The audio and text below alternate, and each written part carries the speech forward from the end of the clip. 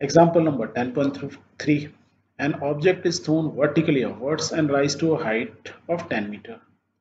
Calculate the velocity with which the object was thrown upwards and the time taken by the object to reach the highest point.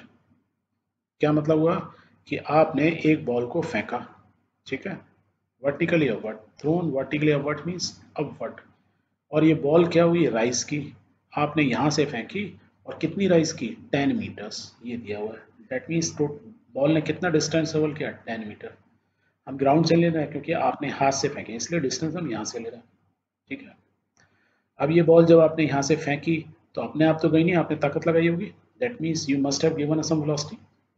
और ये 10 metre के बाद रुक क्यों गई, क्योंकि इस पे ग्रेविटी लग रही होगी। तो इनिशियल वेलोसिटी उसने पूछा, बताओ किस वेलोसिटी से पूछा, यही तो पूछ रहा है हमसे, किस वेलोसिटी से हमने ऊपर फेंकी, और टोटल टाइम 10 मीटर जाने में उसको कितना टाइम लगा, ये हमसे क्वेश्चन है। तो इस क्वेश्चन के हिसाब से यदि हम देखें, हमने बॉल ऊपर फेंकी पर उस पर एस्केलेशन, ग्रेविटी किधर लग रही थी, डायरेक्शन में, escalation due to gravity G किधर लग रहा था, नीचे डायरेक्शन में। बॉल किधर फेंकी हमने, अपवर्ड डायरेक्शन में। तो वेलोसिटी मेरी ऊपर है, जी नीचे है, दैट मीन्स दोनों एक दूसरे को ऑपोजिट है, या तो मैं वेलोसिटी को नेगेटिव ले लूँ या जी को नेगेटिव ले लूँ। तो ये ध्यान रखना है इस क्वेश्चन में। दूसरा एक चीज़ और है, जब मैंने ये बॉल को यहाँ से फेंका तो बॉल 10 मीटर पे क्यों रुकी, क्योंकि बॉल पे एस्केलेशन नीचे लग रहा है। जब नेगेटिव एस्केलेशन लगता है दैट मीन रिटार्डेशन, तो ग्रेविटी की वजह से बॉल एक हाइट पे जाके रुक जाएगी। रुक जाएगी इसका मतलब मेरी फाइनल वेलोसिटी कितनी हो जाएगी, 0। अब देखो, मेरे को फाइनल वेलोसिटी दी हुई है, एस्केलेशन का वैल्यू दी हुई है, डिस्टेंस दिया हुआ है, तो टाइम और यू तो मैं सब निकाल सकता हूँ, निकाल सकता हूँ नहीं निकाल सकता हूँ। तो यदि मैं वेलोसिटी को फेंकने की डायरेक्शन को पॉजिटिव लिखता हूँ तो जी में क्या लूँगा, नेगेटिव।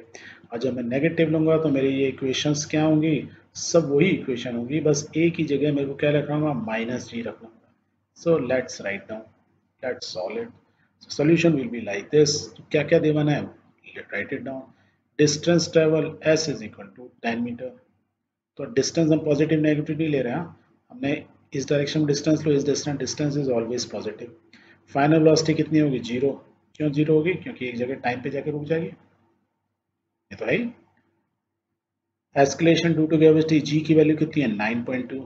तो हम escalation of the object, object किस एस्केलेशन है, तो ग्रेविटी की वजह से हो गया, तो इस माइनस जी, माइनस 9.8, क्योंकि it's upward motion, upward motion में जा रहा है, ग्रेविटेशनल फोर्स डाउनवर्ड है, राइट।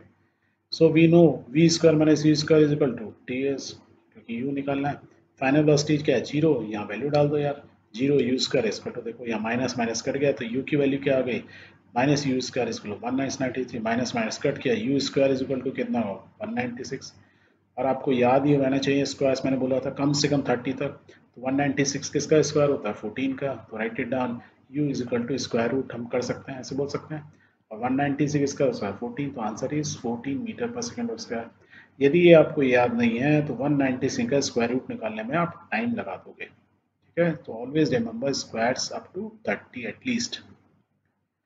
सेकेंड क्वेश्चन वॉज कि उसको कितना टाइम लगा, तो as we know v is equal to u plus 80, v हमको दिया हुआ है 0, यू कितना है हमने निकाला ही था अभी 14, एस्क्रेशन जी माइनस 80 निकाल लो, तो बस सॉल्व इट यार, ये ऐसे ही लिख सकते हैं। और टी इज इक्वल टू कितना, इतना, इसको भी सॉल्व कर लो, t is equal to 1.43 seconds. That means मैंने यहाँ पर जब इसको फेंका तो उसकी मेरी किस स्पीड से फेंका, 14 मीटर पर सेकेंड स्पीड से मैंने ऊपर फेंका, क्योंकि ग्रेविटी नीचे को लग रही थी, मीन्स एस्केलेशन रिटार्डेशन हो गया, उसमें ब्रेक लगते गए और वो 10 मीटर के बाद जाके रुक गई, और फिर क्या होगा, नीचे आके सिर पे ही लगेगी, यदि आपने ध्यान नहीं दिया, ठीक।